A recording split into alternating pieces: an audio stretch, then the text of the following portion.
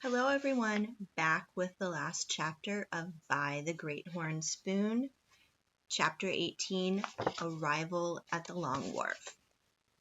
The following morning, Praiseworthy and Jack climbed aboard the stage for Sacramento City and were giving a rousing send-off.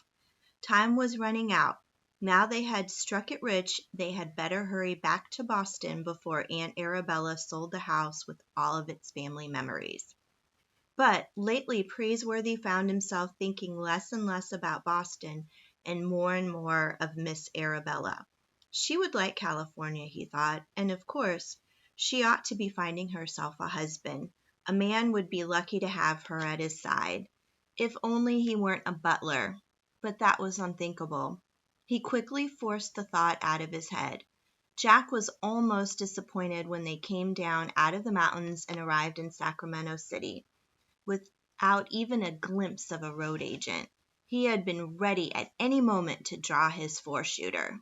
A steamboat was waiting in the river. They bought tickets and went aboard with their heavy pouches of gold dust. Sacramento City drifted away behind them, and in 14 hours they would be in San Francisco.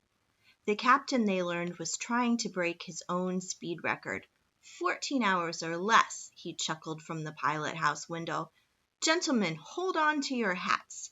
The small stern wheeler went charging down the river, blasting its whistle at anything that got in its way, even floating logs. Kanaka sailors kept pitching cordwood into the furnace, and on deck the passengers amused themselves watching the needle rise on the steam gauge. 45 pounds pressure and still rising, a miner from Poverty Hill chuckled. Why, we'll trim a full hour off the river record if we don't climb up on a sandbar first. Another passenger shook his head. It seems to me we could use a little less steam and a little more caution. Praiseworthy and Jack were weighed down with treasure. They carried their pouches of gold dust securely tied to their belts with their revolvers bristling in the sun. Praiseworthy lit a long 9 cigar, and they sat behind the Jack staff, watching every bend in the river approach. Fine-looking country, Praiseworthy would say from time to time. Fine-looking country, Jack would agree. He sensed how much his partner hated to leave this rough, untamed territory. No one in Boston would think of referring to Praiseworthy as Bullwhip, and Aunt Arabella would put a stop to Jack's coffee drinking. But Boston was where they belonged. They were not the only miners aboard who were heading for home. They met passengers who had abandoned the diggings in disgust, as poor as when they had arrived. Some, standing for months in the chill streams, had picked up nothing but the rheumatism.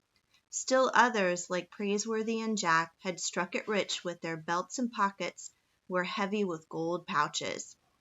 The two partners slept in everything but their boots.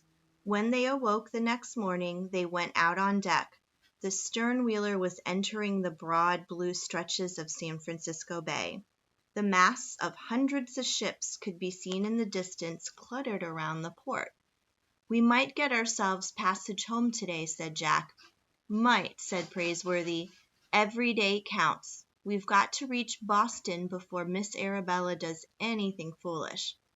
The passengers were gathering around the steam gauge again, and someone called out, 58 pounds pressure, and still risin'. At that moment, with the Long Wharf less than a mile away, the boiler exploded with a roar, and the smokestack shot in the air like an arrow. The pilot house followed, with the captain still inside, shouting orders. The explosion lit up the day and blew a hole in the bottom of the ship. Passengers were pitched over the side as if shot from slingshots. Praiseworthy and Jack were among them. The next thing Jack knew, he was under water, and the gold pouches, heavy as lead, were pulling him down. He fought to come up, but the weights kept dragging him below. Then, fighting for his life, he unbuckled his belt. Buckskin pouches and four-shooter fell away into the deep. Seconds later, he bobbed to the surface. He spit water and looked around. The riverboat was gone. So was Praiseworthy. But a moment later his partner appeared, breaking surface about 10 feet away. Jack felt a quick throb of relief. He wiped the wet hair out of his eyes. "Hang on, partner," said Praiseworthy, shoving over a splintered plank of wood. "Are you all right?" "Ruination," said Jack. I unbuckled my belt." Praiseworthy's whiskers were running with seawater. "Think nothing of it, Jack. I had to do the same thing." Within 10 minutes there were several boats alongside fishing passengers out of the bay. When Praiseworthy and Jack landed at the Long Wharf, they were not only as penniless as the day they had arrived, but soaking wet to boot. They had struck it rich, but their fortune was somewhere in the deep of the bay. "Gone forever," Jack muttered softly. But Praiseworthy was undaunted. "Mere bits of colored metal," he grinned. "We have our good health, damp as it may be at the moment. The captain gave us a very expensive bath, you might say." They wouldn't be returning to Boston with their pockets full of gold nuggets, but return they must. Aunt Arabella would need them even more now, with everything at home sure to be lost. They had hardly climbed up the boat stairs to the wharf when Jack noticed the Lady Wilma still riding at anchor. "Strange," said Praiseworthy. "Captain Swain had planned to sail home as soon as he could unload." "Maybe he'll let us work our passage back," said Jack. "A first-rate idea," remarked Praiseworthy. Without delaying even to dry out, they borrowed a skiff and rowed to the Lady Wilma. Once alongside, they shipped their oars, and Praiseworthy raised his hands to his mouth. "Hello!" he called. There came no answer. There wasn't even a sound from the other ships at anchor nearby. It was as if they had rowed into a graveyard of sailing vessels. Finally they climbed aboard and looked around. "The crew's gone," said Praiseworthy. "There's not a soul on deck." "It's spooky," said Jack. Praiseworthy shouted up at the pilot house, "Captain Swain?" There was no reply, except from a cat sunning himself on a rotting mound of canvas. Soon another cat appeared from the forecastle's hatch, and when Jack looked up he saw a cat walking along one of the yardarms. "There's nothing here but cats," Jack said. "Those cats from Peru." "And they appear to have multiplied," Praiseworthy nodded. They went searching through the ship, and everywhere they looked were Peruvian cats and kittens. When they peered into the hold, they saw the cargo still there, still waiting to be unloaded. Rats had gnawed into barrels of smoked fish, and the cats had fattened themselves on rats and fish. "What happened here?" Praiseworthy mused. "It looks like Captain Swain has simply abandoned his ship." He scratched through his whiskers. "Left it all to these cats." A yellow kitten was winding itself around Jack's legs, and he picked it up. This morning they had pockets full of gold dust and nuggets. Now they couldn't pay their fare home. He wondered how he would ever get back to Aunt Arabella and Constance and Sarah. "Strange," said Praiseworthy again. They returned to the skiff, and Jack put the kitten in his shirt. They tied up the Long Wharf and walked into town and tried to find Captain Swain. Instead, they found Mr. Azaria Jones, the Yankee trader. He was standing outside an auction tent beside a barrel of free pickles. "Confound it," he said with a hearty laugh. "I recognize the boy. But is that you behind the whiskers and the red miner shirt?" "It's me," said Praiseworthy.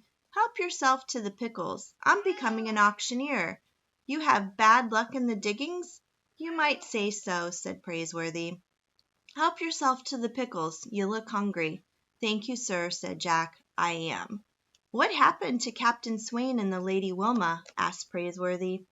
"The same thing that happens to almost every other ship that comes in here with the gold fever. His crew ran off to the diggings. Why, there was more than 200 ships out there rotting at anchor, deserted.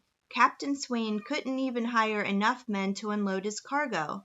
Finally, he just gave up in disgust and got himself a passage home. Have a pickle." "Is Dr. Buckbee still in San Francisco?" asked Praiseworthy. He tried a pickle. Not him. He got over the fever and gave up on the gold map of his. I heard he was horse doctoring somewhere up the river. Doing fine, too. I'd be doing fine if the rats didn't put me out of the cheap John business. Town's full of 'em. Why, a man can hardly stand still at night without something beginning to gnaw at his feet. Blame it, I just got hold of some flour from Chile, and the rats are stealing me blind. Rats? Said Praiseworthy. Did you say rats? Remarked Jack. Mr. Azaria Jones nodded. I auctioned off a cat yesterday for $15. Cats? Said Praiseworthy. Did you say cats? Remarked Jack, pulling the kitten from his shirt. Mr. Azaria Jones clutched the kitten as if it were a nugget of gold. Praiseworthy gave Jack a wink and looked Mr. Azaria Jones squarely in the eye. Why, I can safely say that Jack and I can supply you with an unlimited supply of ratting cats. Just provide us with a couple of bags and we'll be right back. The cat auction drew such a crowd that the street was almost blocked. Every storekeeper needed a ratter, and the bidding was spirited. Midway through the auction, the signal on Telegraph Hill announced the arrival of a sailing vessel, but hardly a soul left the auction. By late afternoon, Praiseworthy and Jack had a clink of gold pieces in their pockets. Their share of the cat money ran to almost $400. They wandered toward the Long Wharf to see about passage home. The sailing vessel had dropped anchor, and now passengers were coming ashore. Suddenly Jack stopped. He saw a young girl in a dark traveling dress that reminded him of his sister Sarah. Beside her was a taller girl who reminded him of his sister Constance. Beside them was a woman in a straw hat and green eyes who looked exactly like Aunt Arabella. It was Aunt Arabella! Jack could barely believe his eyes, and then he realized that even Praiseworthy had stopped in his tracks. But the woman and the two young girls passed them by as if they were total strangers. "Sarah!" Jack cried out. The smallest girl turned. "Constance!" Jack exclaimed. The other girl turned. "Miss Arabella!" said Praiseworthy. The woman turned, and then, suddenly, despite the disguise of jack-boots, the rough red miner's shirts, and the slouch hats, she recognized her nephew and the butler who had left Boston so many months before. "Jack! Jack, dear!" cried Aunt Arabella. There was a shout of joy, and they rushed back toward each other. Jack was engulfed in arms. Praiseworthy stood a slight distance behind, and then, wiping an eye with her handkerchief, Aunt Arabella straightened and smiled and said, "Hello, Praiseworthy." "Hello, Miss Arabella. You're so changed, both of you." "Yes, miss." "I'm delighted to see you, Praiseworthy." "I'm astonished to see you, Miss Arabella, and Miss Constance and Miss Sarah." Suddenly they were all talking at once. "We sold the house," said Constance. "Soon as we could," said Sarah. "It was so big and so full of musty old memories," Aunt Arabella said, smiling now. "When we discovered Jack's note on the tea service that the two of you were running away to California, the girls and I couldn't wait to follow. It was time to rid ourselves of that house, of the past. It's like being free of a curse. Let me look at you. Did you find gold?" Sarah blurted out. "Plenty of it," Jack said proudly, "and I drink coffee now." "Coffee?" exclaimed Constance. "They call me Jamocha Jack in the diggings." "How dreadful!" Aunt Arabella laughed. She turned back to Praiseworthy, regarding him with a green-eyed twinkle. "And what do they call you?" "Bullwhip, miss." "How fearful!" "What has happened to your black hat and coat and umbrella?" "Gone. If clothes make the man, as they say, Miss Arabella, I suppose I'm a miner now. Perhaps it's time I shed the past myself." "You make a very striking miner, it seems to me." Aunt Arabella smiled. "Out here, one man is as good as another, only more so," said Jack. Aunt Arabella stood very straight. "I've always believed it." "Will you be returning to Boston?" asked Praiseworthy. "Certainly not." That changed everything, and Praiseworthy crimped an eye, just like Pitch Pine Billy. Then he scratched through his whiskers. In that case, he stopped to gather up his courage. I mean, yes, said Aunt Arabella. If I'm no longer a butler, what I'm trying to say is, well, in California, we say a thing straight out. Aunt Arabella smiled. Then do stop beating around the bush, Praiseworthy. You see, yes. I mean, women are scarce out here, Miss Arabella. Before you can walk a block, you're going to have 10 proposals of marriage. How delightful. What I mean to say is, yes. He cleared his throat. Maybe this isn't the time or the place, Miss Arabella, but when a man strikes gold, he doesn't lose any time staking a claim.